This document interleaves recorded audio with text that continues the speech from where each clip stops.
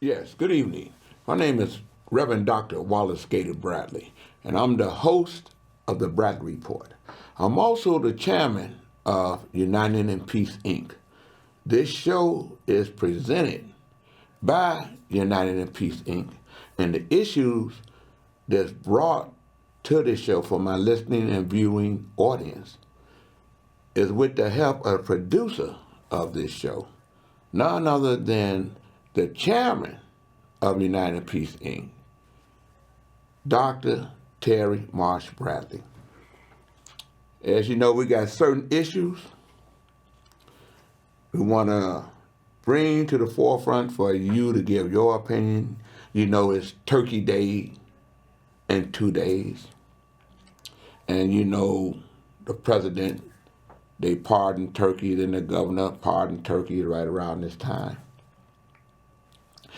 But there's an issue that's affecting our community, which is violence. No one can control or harness violence because it's spontaneous.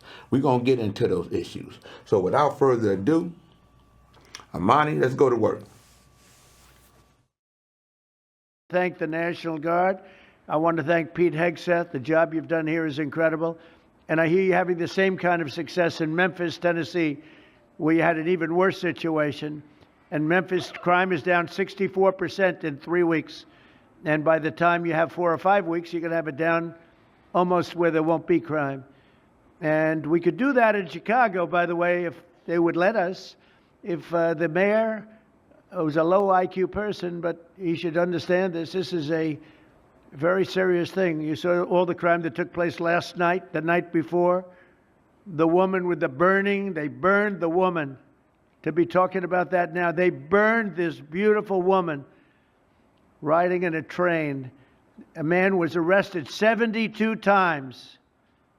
72 times, think of that. And they'll let him out again. The liberal judges will let him out again.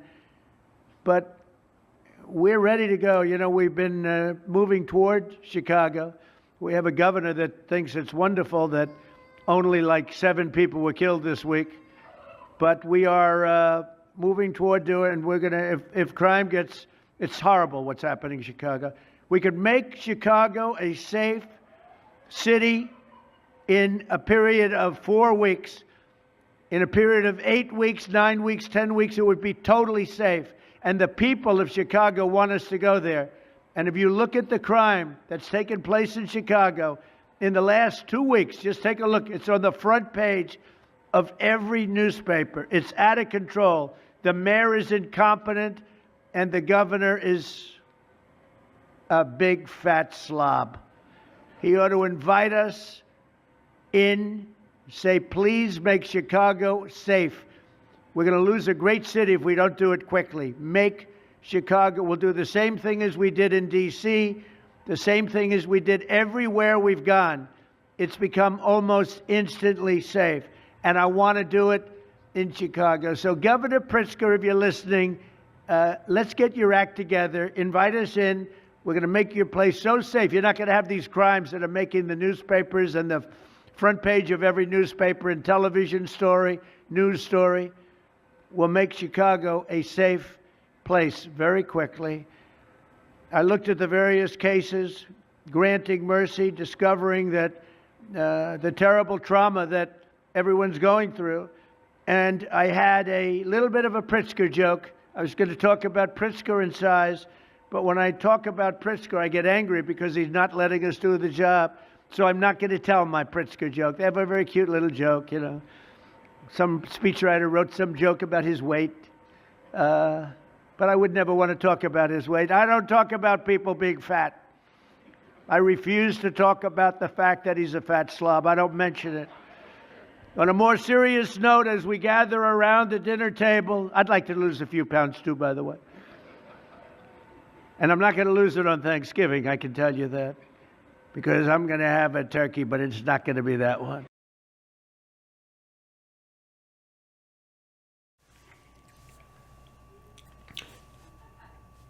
It's amazing that with so much happening in the world, you had the G20 conference, which is 20 industrial nations. The United States is a part of it. Next year, the G20 will be in the United States. This year was in South Africa, and the president made the decision not to go, even though they would have passed the torch or the baton off to the president so that he would have it next year.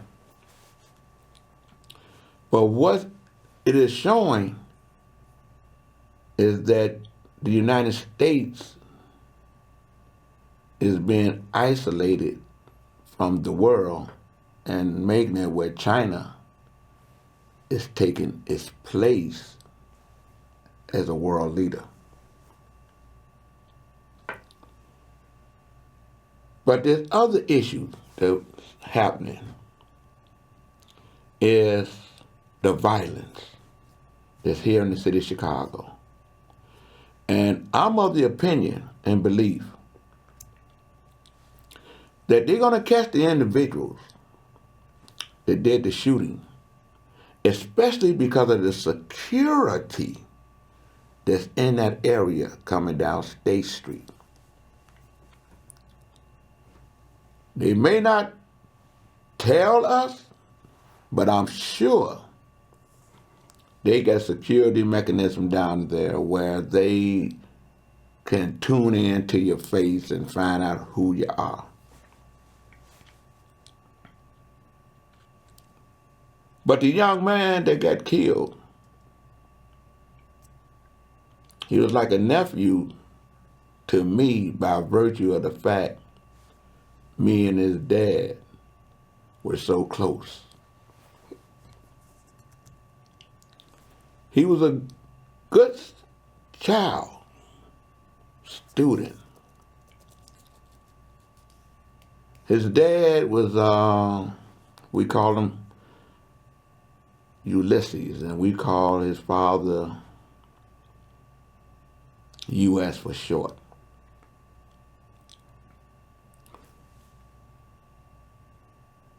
And his dad is known for helping to save a lot of lives. But don't let me get into my dialogue, because I know what we're about to witness is just as important to you as it is to me. Manny, let's go to the next story.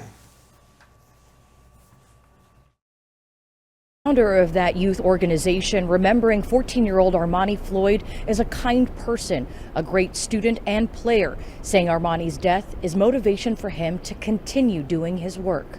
His life was cut short. I feel like it was unfair to him, but we're going to make sure his legacy lives on. Tonight, family and friends mourn the loss of 14-year-old Armani Floyd, who was killed in a Friday night shooting in downtown Chicago, tied to a so-called teen takeover that ended in chaos.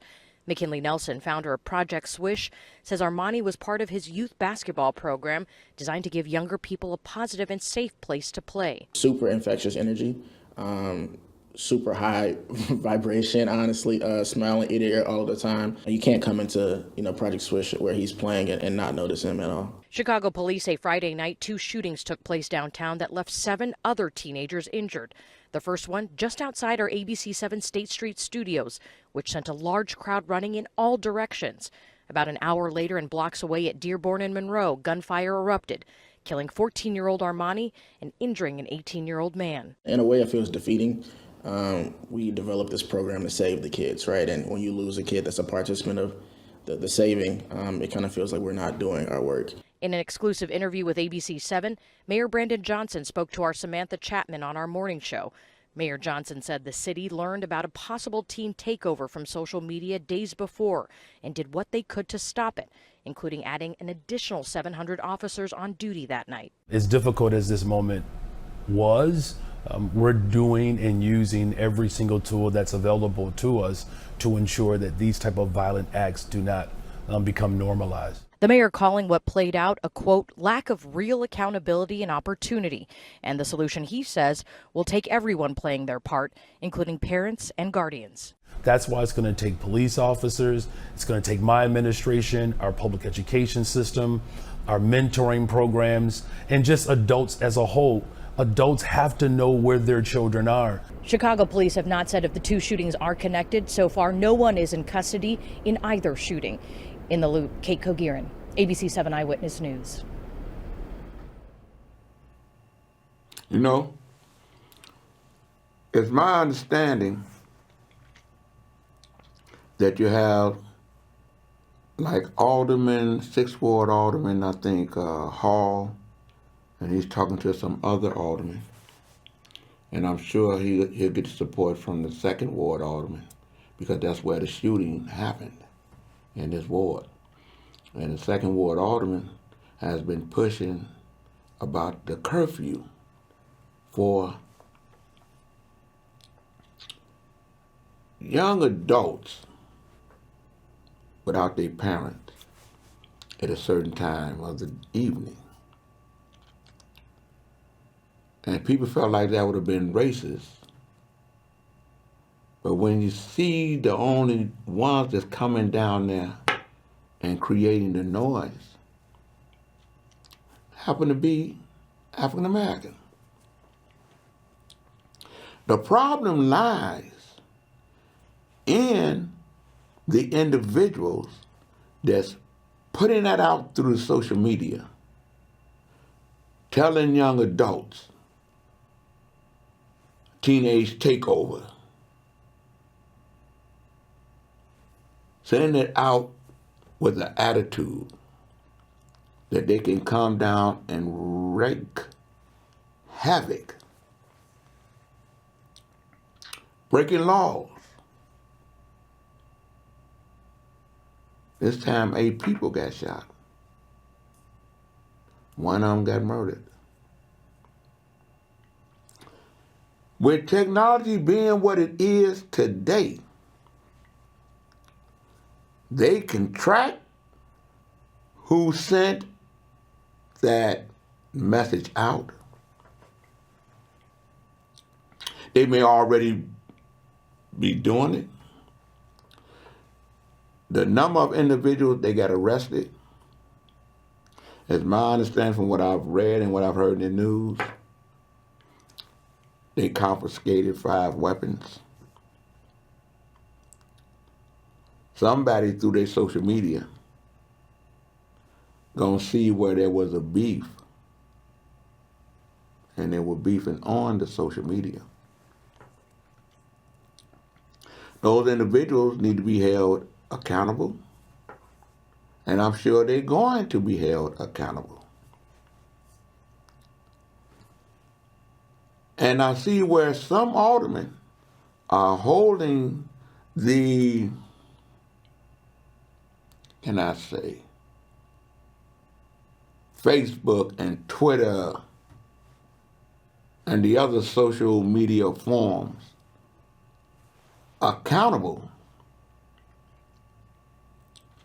because they see the flyer that's coming through them platforms telling teenagers to go to this community, be it on the west side, south side, or downtown.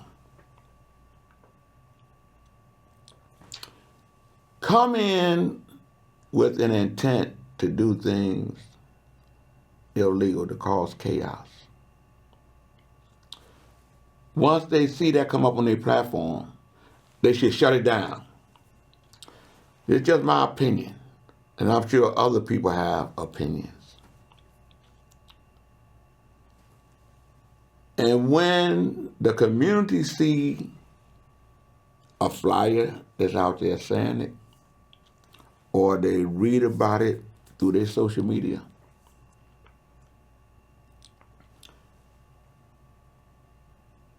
they need to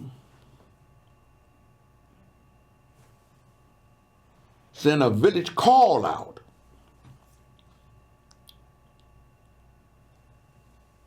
Be it through the police department or whatever it is, for them to make the citizens of the city of Chicago aware of this flyer that's telling teenagers to come down to an area to cause chaos. So at least they can tell their children, baby, don't go downtown today, or stay off the west side in this area or the south side in that area today. Something is going to happen.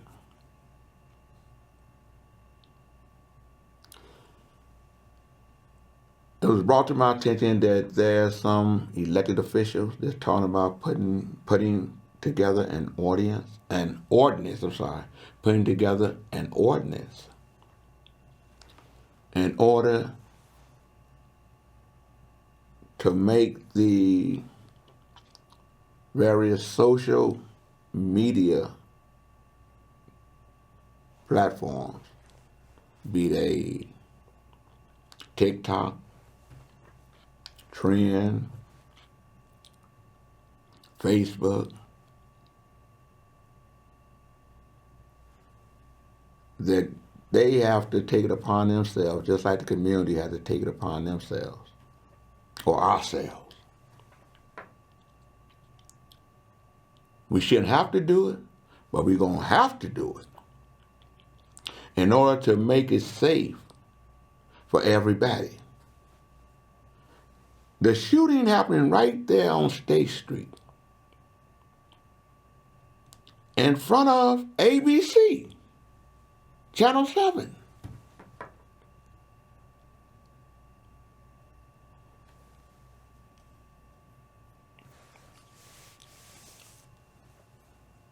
My wife and I and our children send our condolences.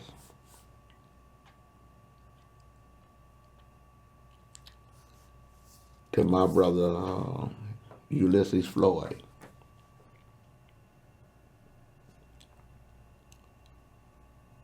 For the death of his son. And I'm asking all of us to pray with the family. Because one thing I know and feel is that vengeance belongs to God. And as Ulysses Floyd comforted me with that phrase when my brother was murdered, and it helped me get through, I offer that same comfort to you, my brother. So with that being said, Amani, let's get to the next piece.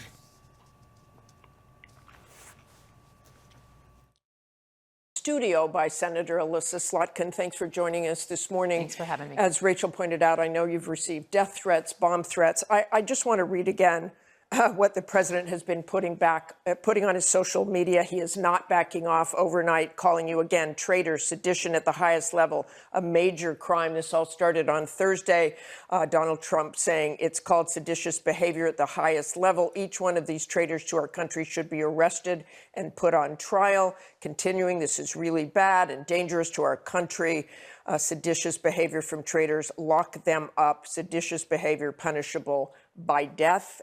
He also reposted, hang them, George Washington Wood. I just want you to tell me what's happened since this.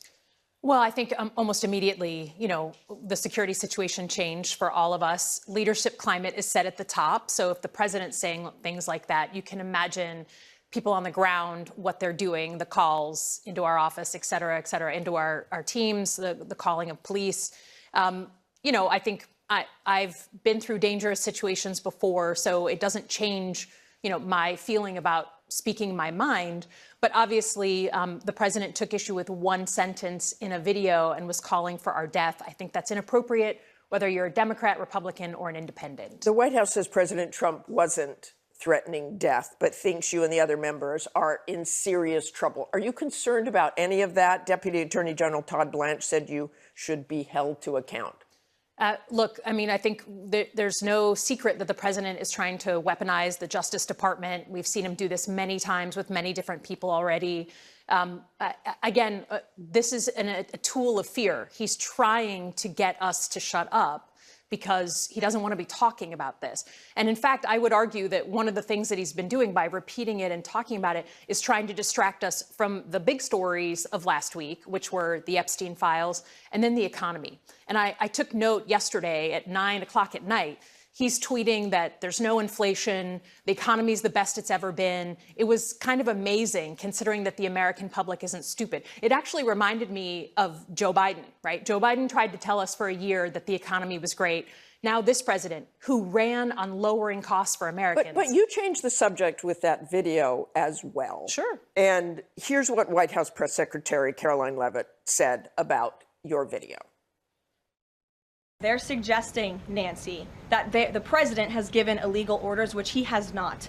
Every single order that is given to this United States military by this commander-in-chief and through this chain of command, through the Secretary of War, is lawful. Is that an accurate statement? So I think the reason we put that statement out is because the sheer number of, frankly, young officers who are coming to us and saying, I just am not sure. What do I do? I'm in Southcom and I'm involved in the National Guard. I'm just not sure. What do I do? And I think, look, you don't have to take my word for it. We've had report after report of legal officer, JAG officers coming forward and saying, look, I push back on this. I'm not sure that this is legal. There is such things as illegal orders. That's why it's in the Uniform Code of Military Justice. Going back to Nuremberg, right? And it's a totally benign statement. And if the president is concerned about it, then he should stay deeply within the law. But I think it's important to know it's not hypothetical, right? This president in the last administration, his last administration, asked his Secretary of Defense and his chairman of the Joint Chiefs to, quote, shoot at their legs at unarmed protesters in front of the White House that he wanted moved. Actually, I know you're talking about Mark Esper's book. He didn't exactly say that. He said the president suggested that, but they were never ordered to do that. And he got out of the Oval Office quickly so that he wasn't told to actually do it. And I give him a lot of credit for that. I give him a lot of credit. So let's talk right now. Do you believe President Trump has issued any illegal orders? To my knowledge, I am not aware of things that are illegal, but certainly there are some legal gymnastics that are going on with these Caribbean strikes and everything related to Venezuela. And I think that's why... And be specific about that. Let me read you what Senator Lindsey Graham said about your video. You owe it to the men and women in the military to be specific about what you are talking about. What these senators and House members did was unnerving, and it was unconscionable to suggest that the President of the United States is issuing unlawful orders without giving an example. Yeah. So for me, my primary concern is the use of U.S. military on American shores, in our cities and in our streets. We've seen now the courts overturn the deployment of U.S. military into our streets, including here in Washington, D.C. When you look at these videos coming out of places like Chicago, it makes me incredibly nervous that we're about to see people in law enforcement, people in uniform military get nervous, get stressed, shoot at American civilians. It is a very, very stressful situation for these law enforcement and for the communities on the ground. So it was basically a warning to say, like, if you're asked to do something, particularly against American citizens, you have the ability to go to your JAG officer and push back. And with these service members calling you, couldn't you have done a video saying just what you just said? If you are asked to do something, if you are worried about whether it is legal or not, you can do this. It does imply that the president is having illegal orders, which you have not seen. I think for us, it was just a statement widely, right? We say very quickly and to all the folks who come to us, This is the process. Go to your JAG officer, ask them for explanation, for top cover, for their view on things. We do that on a case-by-case basis, but we wanted to speak directly to the volumes of people who had come to us on this. And it is very clear that no one should follow an illegal order, but it's very murky when you look at what is an illegal order. And if you go into morally, ethically, that's a pretty tough thing to look at and say, how do I navigate this? Look, if you going back to Nuremberg, right, that, well, they told me to do it, that's why I murdered people, is not an excuse. If you look at popular culture. What that senator was saying was explaining to the soldiers that were coming to her. It was really self-explanatory, saying they don't have to obey illegal orders.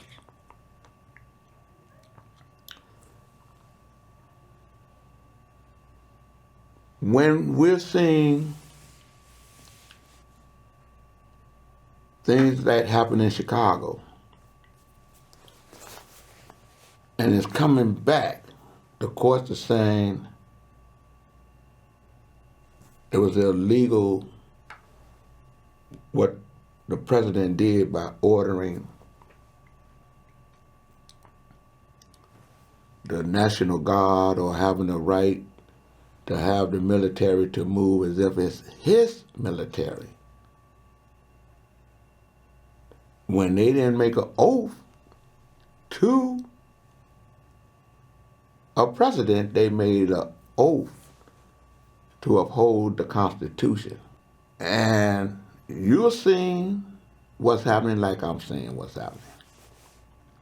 And all I can do is say, hey, stay strong, pray, walk by faith in God, and let the book of Job be your GPS.